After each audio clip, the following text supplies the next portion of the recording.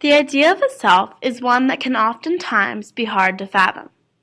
Some people feel as though the features of a person are one.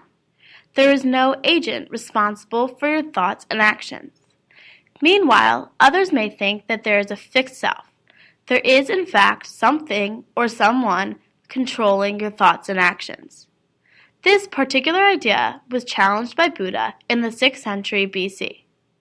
According to Buddha, the idea of a self is an illusion, and there is no such thing.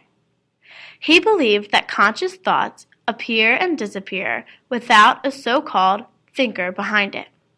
And so, therefore, Buddha becomes our first noted bundle theorist.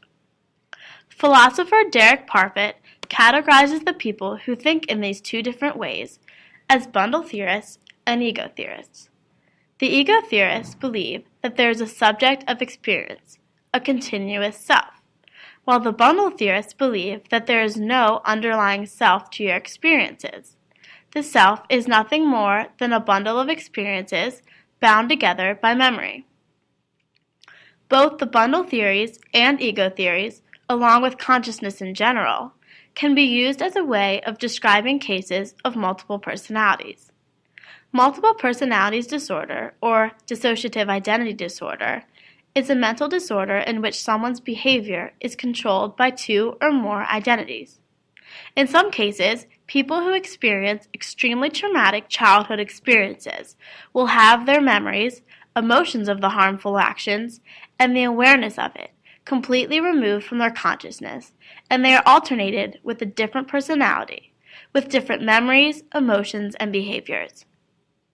The reason why it is now commonly called dissociative identity disorder, rather than multiple personalities disorder, is to stress the fact that there are changes in consciousness and identity, not in the actual personality. The first example of multiple personalities is a man named Ansel Bourne. Ansel Bourne was an evangelical preacher living in Providence, Rhode Island. On January 17, 1887, Bourne visited a bank in Providence, withdrew money, and then left for Pawtucket in a horse car. Ansel Bourne then went missing for the next 2 months. After leaving Pawtucket, he eventually made it to a town called Norristown, Pennsylvania, where he set up shop as a confectioner and stationer and went by the name A.J. Brown. At 5 a.m. on Monday, March 14th, he woke up to an explosion and found himself in an extreme panic. He had absolutely no idea where he was, what bed he was in, and he felt extremely weak. The last thing he remembered was leaving a bank in Providence with the name Ansel Bourne. Once he was deemed sane and was actually determined to be Ansel Bourne, his nephew, William James from Harvard, and Richard Hodgson from the Society for Psychical Research traveled to study him. Under hypnosis, they were able to bring about Mr. Brown again with ease. He assumed the personality that the past Mr. Brown had. He recognized the name Ansel Bourne, but said he had never met him before. James tried to combine the two personalities into one, but came to the conclusion that he would have two distinct personalities. Eventually, Mr. Brown faded away, and Ansel was left with the identity of just Ansel Bourne. The second example is a bit more complicated and extreme. Miss Christine Beauchamp suffered a horrific childhood of abuse and was subsequently suffering a nervous disorder, so she consulted Dr. Morton Prince in 1898. Dr. Prince was a physician who specialized in abnormal psychology. He treated her with hypnosis, and under hypnosis, a second personality appeared, entirely different than her own. Then one day, she began using the third person to speak about herself, and a third personality named Sally appeared. Sally and Miss Beauchamp, also known as Personality 1, had completely opposite personalities. Miss Beauchamp was very reserved, serious, religious, and responsible. Sally, on the other hand, was fun, carefree, hated all things serious, and hated church.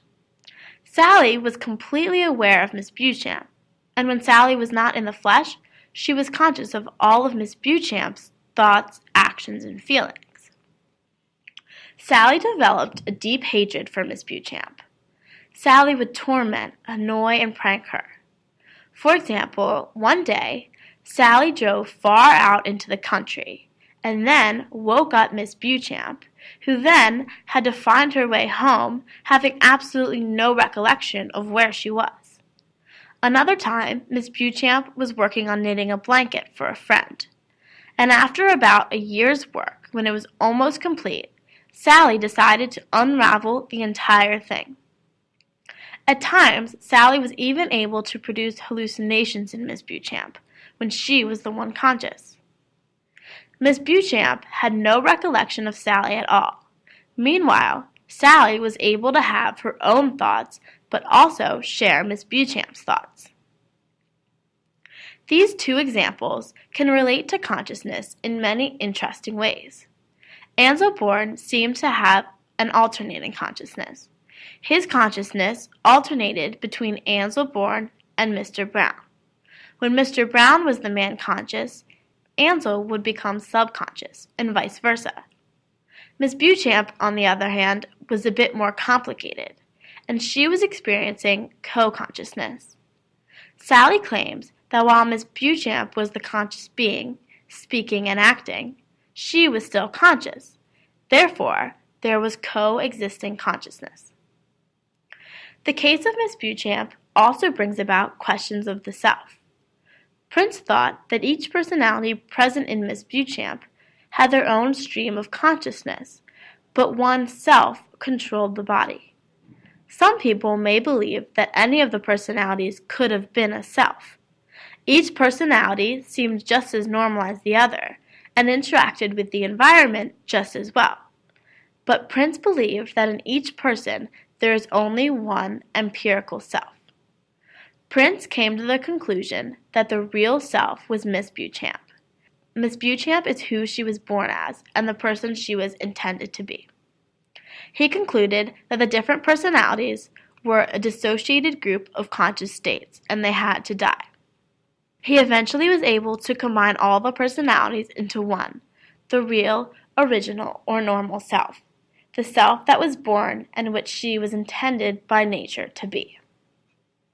The self can be defined and interpreted in many different ways, and you can develop your own opinions of a self in your own body. The cases of split personalities disorder give great examples of different ways in which you can look at the self and consciousness overall. Lastly, a fun fact about Ansel Bourne. ABC News has speculated that the name Jason Bourne from the novel and movie Bourne Identity is inspired by Ansel Bourne. Bourne Identity is about a man suffering from amnesia who seeks to discover his true identity, his true self. Thank you.